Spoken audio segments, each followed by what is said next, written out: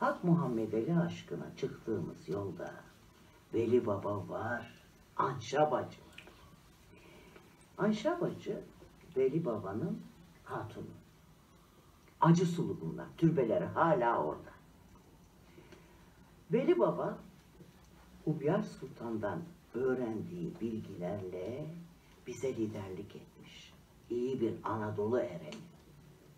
Onun Hakk'a göçmesinden sonra yerine eski Türklerdeki gibi orada hatun kısmının sözü varmış.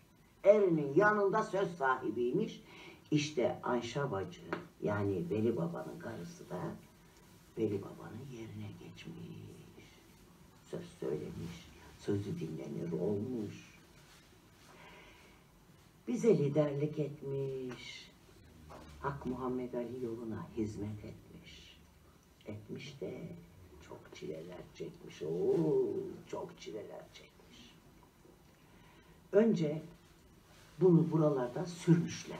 Tokat'a gitmiş. Evlatlarıyla birlikte oradan İstanbul'a. İstanbul'dan Rakka'ya. Rakka dediğim yer nere bilin mi? Suriye, Suriye. Ya orada Hazreti Ali'nin türbesini, sonra Kerbela'yı ziyaret etmiş. Anşa Bacı sürgünde gezmiş, dolaşmış, gezmiş, dolaşmış, çile çekmiş. Hani Pir Sultan Abdal demiş ya, koyun beni hak aşkına yanayım, dönen dönsün ben dönmezem yolumdan. Yolumdan dönüp de mahrum mu kalayım? Dönen dönsün ben dönmezem yolumdan. İşte aha onun gibi demiş, yolundan dönmemiş. Hak Muhammed Ali aşkını yolundan hiçbir şekilde döndürememişler. 3 yıl geçmiş arada. 3 yıl sonra Tokat'a bir dönmüş ki ana heybetli olmuş dönüş. İşte biz her sene Anşa Bacı için acısulu ya bunlar. Veli Baba için kurban keseriz.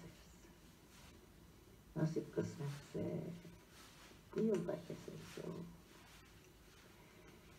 Demem o ki bizler hak için samah döneriz. Hak için kimseyi incitmeyiz. Hak için çalışır, Hakk'a hizmet ederiz. Aman hey sen dur canım gel benim yanıma. Kul gibi kapımda yayım azadım olsun. Kapımda kul gibi canım azadım olsun.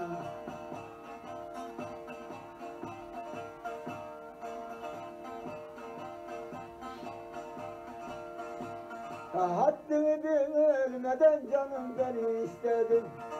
Babam seni de öldürürse ahlını, öldürse de babam da senin ahlını geldi.